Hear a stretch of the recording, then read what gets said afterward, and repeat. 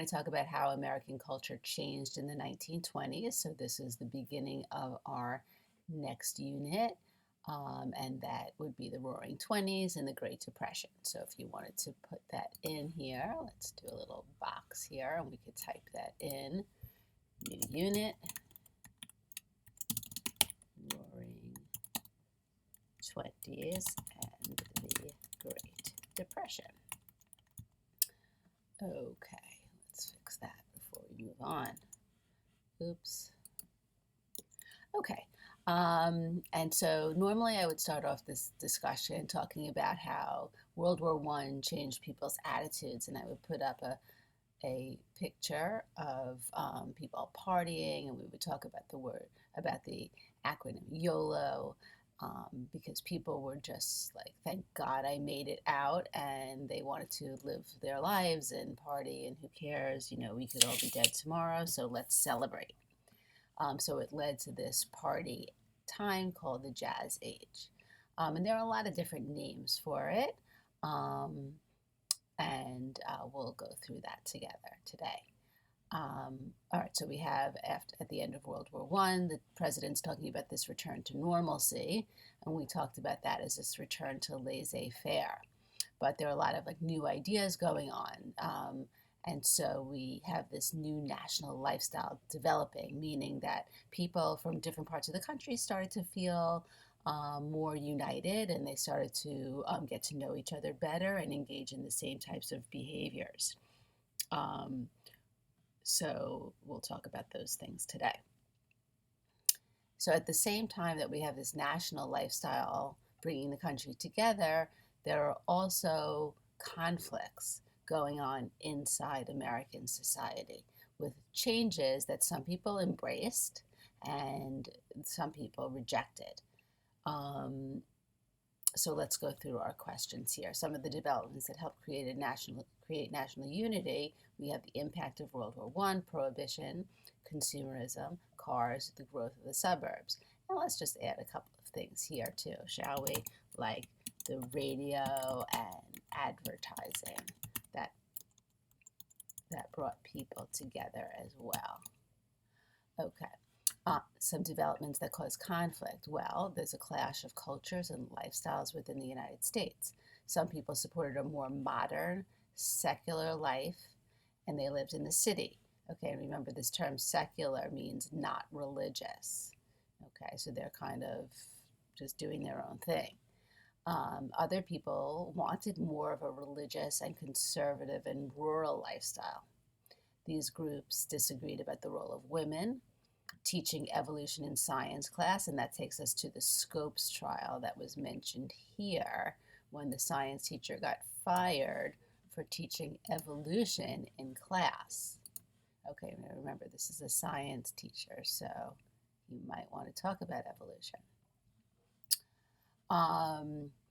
They also disagreed about whether society should be wet or dry, and that refers to serving alcohol or not. So the super religious, conservative people wanted a dry society, whereas the people who wanted to party in the city, they believed there was nothing wrong with having some alcohol. And other clashes during the 1920s include hostility to immigrants, nativism we call that, and hostility to African Americans. And tragically, we see the rise of the KKK again at this time in American history. And they target not only African Americans, but Jews and immigrants. They're very misogynistic and anti-woman. They don't like Catholics. So, they are equal opportunity haters. Okay, in this next section, we talked about the growth of literacy, and that led to more people becoming educated and reading national newspapers. Here we see the development of the radio, and it allowed people from all over the country to hear the same news, live events, sporting events, soap operas at the same time. Okay, and this helped to contribute to a more unified national culture. So people were listening to the same stars on their soap operas, the same sporting events where Babe Ruth became so famous. Um, Okay, and another development in the 1920s is something called the Great Migration. And during this time, we see a lot of African Americans moving from the South to the North.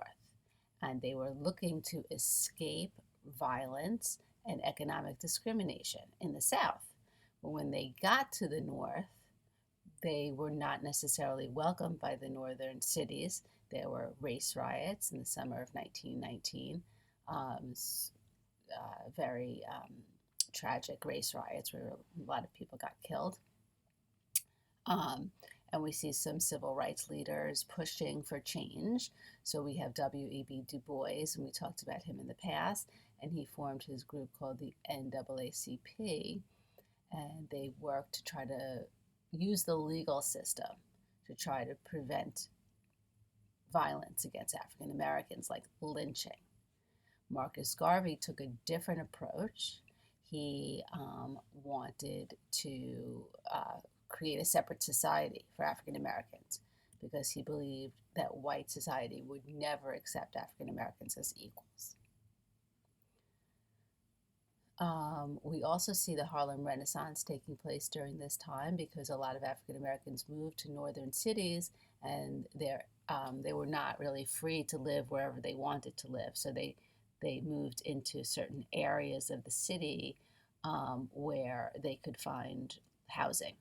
And Harlem was one of those places. And then there were a lot of musicians and artists and writers who lived in the community of Harlem, and they focused on Black lives in America and what it was like to be an African American in our society.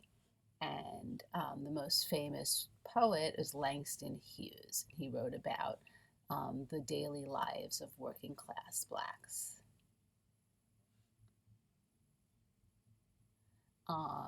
Then another very important development during the 1920s was the creation of the assembly line and the automobile. Okay, so Ford used this idea of the assembly line to create the automobiles and lower the prices. And people bought them, and there were so many different changes going on into American society because of the car. So let's talk about the social impact, that the nation became more mobile. Family life was disrupted. It gave young people independence. It led to the growth of the suburbs. It allowed middle class Americans to live a more privileged life. The economic impact led to a real estate boom, and they started to construct a national highway system. Other industries grew as a result of the automobile industry, like steel, glass, rubber, and oil. And other industries grew as well: motels, malls, gas stations. Okay, and then I had asked you to define some of these other developments during the 1920s, where we have this 1918 influenza pandemic, where many millions of people around the globe were killed, and it affected 500 million people worldwide, with 675,000 Americans being killed, and citizens were ordered to wear masks, and schools, theaters, and businesses were shut down, just like we're doing today. So that's kind of an interesting development. Okay, another term to know is the lost generation, and that refers to two different things: a group of American writers, but it also refers to the post-World War I generation as a whole. And the reason why they're called lost is because they didn't quite fit in. They didn't follow the values of their parents, like the religious values. They were more modern, but when they're living in our society that was like dominated by consumerism, they didn't really want to engage in that. And they were disgusted by the materialism of their fellow Americans.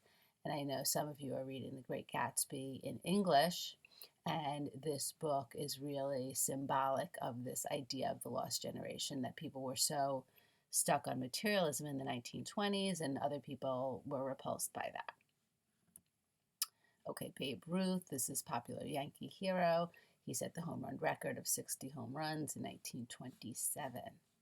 Charles Lindbergh was a wealthy pilot who flew alone across the Atlantic in the first solo flight, and he became a symbol of American rugged individualism and celebrity. Flappers, these are the women who were not following the rules in the 1920s. So they wore short skirts, they put on makeup, they drank, they smoked, and they didn't follow the rules. And then we have the 19th Amendment, where women gained the right to vote in 1920.